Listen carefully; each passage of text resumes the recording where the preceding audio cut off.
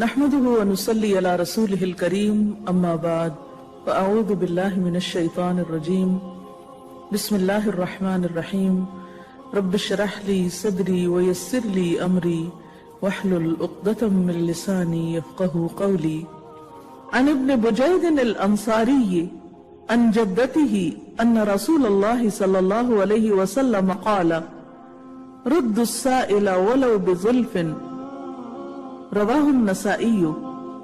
ابن بجید انصاری اپنی دادی سے روایت کرتے ہیں کہ رسول اللہ صلی اللہ علیہ وسلم نے فرمایا، سائل کو کچھ نہ کچھ دے کر ہی واپس کرو، خواہ وہ بکری کا کھر ہی کیوں نہ ہو۔ اس حدیث میں ہمیں سائل کے حقوق کے بارے میں بتایا جا رہا ہے۔ اگرچہ اسلام میں سوال کرنا پسندیدہ نہیں، لیکن یہ ایک فطری سی بات ہے کہ جب کوئی شخص اپنی ضروریات اور اپنی حاجات کی وجہ سے اس درجہ مجبور ہو جائے کہ مانگے بغیر اس کا چارہ نہ ہو یا گزارا نہ ہو، تو ایسی صورت میں اگر وہ کسی کے آگے ہاتھ پھیلاتا ہے تو جس کے آگے ہاتھ پھیلایا جائے پھر وہ کیا کرے۔ یعنی یہ حدیث پیشہ ور گداگروں کے بارے میں تو نہیں ہے، لیکن ان ضرورت مندوں کے بارے میں ہے کہ جو حقیقی ضروریات کی بنیاد پر ہاتھ پھیلاتے ہیں۔ اسی طرح ایک اور جگہ پر آپ صلی اللہ علیہ وسلم نے فرمایا، کیا میں تمہیں ایسے آدمی کی خبر نہ دوں جو سب سے بدتر ہے؟ صحابہ نے عرض کیا، ہاں بتائیے۔ فرمایا، وہ شخص جس سے اللہ کے نام پر کچھ مانگا جائے اور وہ کچھ نہ دے۔ قرآن پاک میں اللہ تعالیٰ فرماتے ہیں، وَفِي أَمْوَالِهِمْ حَقٌّ مَعْلُومٌ لِلسَّائِلِ وَالْمَحْرُومِ کہ ان کے مالوں میں ایک معلوم حق ہے، سوالی کا بھی اور محروم کا بھی، یعنی جس کے پاس کچھ نہیں اور وہ مانگتا بھی نہیں،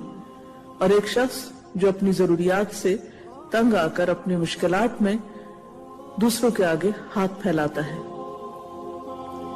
تو جو صاحب حیثیت مسلمان ہیں ان کی ذمہ داری بنتی ہے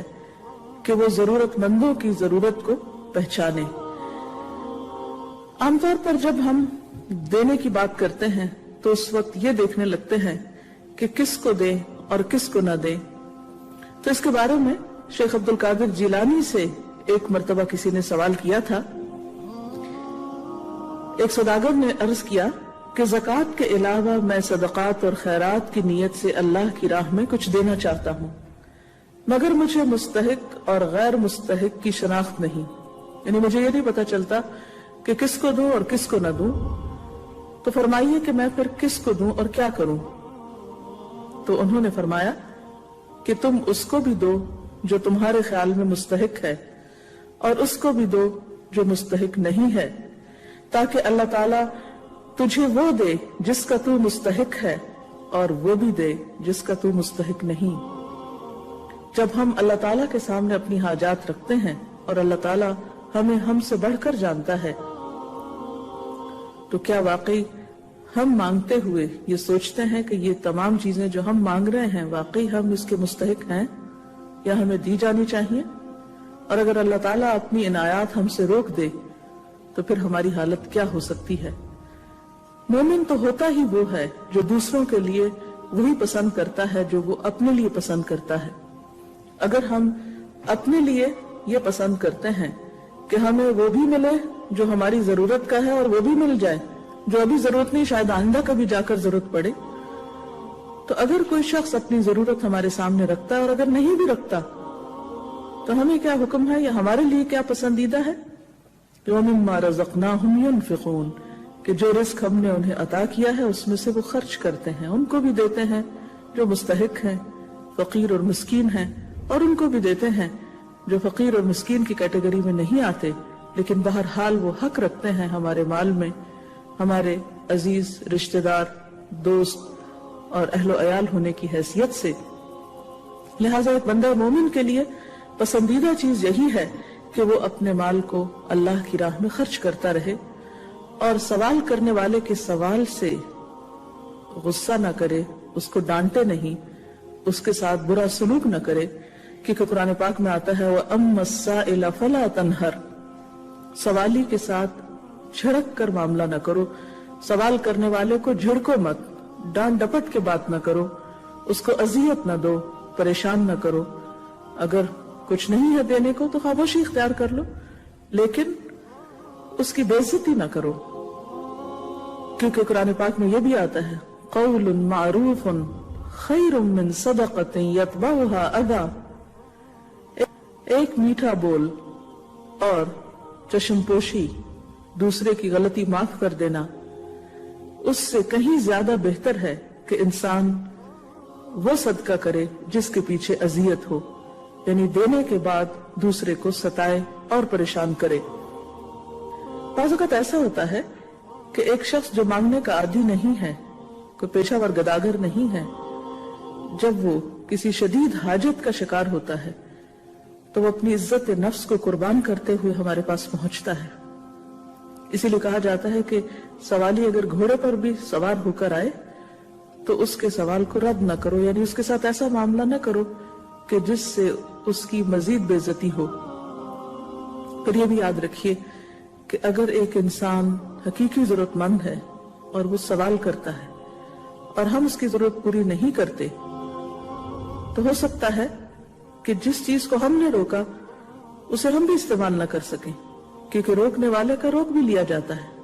جیسے آپ صلی اللہ علیہ وسلم نے حضرت اسماء سے کہا تھا لا توکی فیوکا علیکی، روکو مت ورنہ تم سے روک لیا جائے گا۔ تو دینے والوں کو اللہ تعالیٰ اور دیتا ہے، دینے سے مال بڑھتا ہے، روکنے سے نہیں۔ لہذا ایک روایت میں آتا ہے کہ حضرت ام سلمہ کو گوشت کا ایک ٹکڑا تحفے اور ہدیے کے طور پر بھیجا گیا۔ آپ صلی اللہ علیہ وسلم کو گوشت بہت پسند تھا، تو ام سلمہ نے خادمہ کو حکم دیا کہ اس گوشت کو گھر میں رکھ دو، ممکن ہے کہ آپ صلی اللہ علیہ وسلم اسے تناول فرمائیں۔ خادمہ نے اس گوشت کو گھر میں طاق پر رکھ دیا۔ پھر اتنے میں ایک سائل دروازے پہ آ کھڑا ہوا اور اس نے کہا کہ تم صدقہ خیرات کرو، اللہ برکت دے گا۔ گھر والوں نے کہا اللہ تمہیں برکت دے، یعنی انکار کر دیا۔ سائل یہ سن کر چلا گیا۔ اس کے بعد آپ گھر میں تشریف لائے اور ام سلمہ سے فرمایا کہ تمہارے پاس کچھ کھانے کی چیز ہے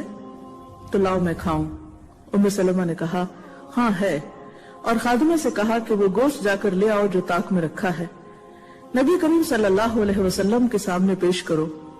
وہ خادمہ وہاں گئی اور طاق میں گوشت کو نہیں پایا، بلکہ اس کی جگہ ایک سفید پتھر کا ٹکڑا پایا۔ آپ کو جب یہ معلوم ہوا تو فرمایا کہ وہ گوشت پتھر اس لیے بن گیا کہ تم نے سائل کو دیا نہیں۔ اسی لیے حدیث کے الفاظ کیا ہیں کہ سوالی کو مت لوٹاؤ، یعنی خالی ہاتھ مت لوٹاؤ۔ اگر کچھ بھی نہیں اور سوائے ایک بکری کے جلے ہوئے کھر کے تو وہ بھی دے دو، یعنی اگر تم سائل کی ضرورت پوری نہیں کر سکتے تو تم اس کو ایک اچھی دعا دے سکتے ہو، ایک مسکراہٹ دے سکتے ہو، ایک اچھا مشورہ دے سکتے ہو، اس کے لیے خیر و بھلائی کی دعا کر سکتے ہو۔ لیکن روکھا پی کر رویہ اختیار کرنا، بے نیازی کا برتاؤ کرنا اور پھر ڈانٹ ڈپٹ کرنا یہ ناپسندیدہ ہے۔ لیکن دوسری طرف سوال کرنے والوں کو بھی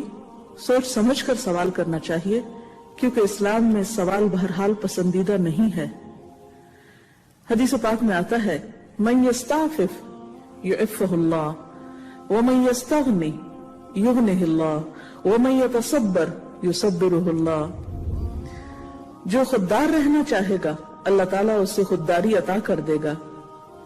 جو غنی رہنا چاہے گا اللہ تعالیٰ اس کو غنی کر دے گا، جو صبر اختیار کرنے کی کوشش کرے گا اللہ تعالیٰ اسے صبر عطا فرما دے گا۔ البتہ اگر کسی کو بے مانگے کچھ مل جائے تو اس کا لینا صبر کرنے سے بہتر ہے۔ یعنی اگر آپ سوال نہیں کر رہے اور بن مانگے بغیر سوال کیے آپ کے پاس اللہ کا فضل آتا ہے تو اسے لوٹانا یا رد کرنا درست نہیں، اسے قبول کر لینا چاہیے، لیکن مانگنے کی حرص نہیں ہونی چاہیے، لالچ نہیں ہونا چاہیے۔ ایک اور حدیث میں آتا ہے رسول اللہ صلی اللہ علیہ وسلم نے فرمایا الید العلیٰ خیر من الید السفلی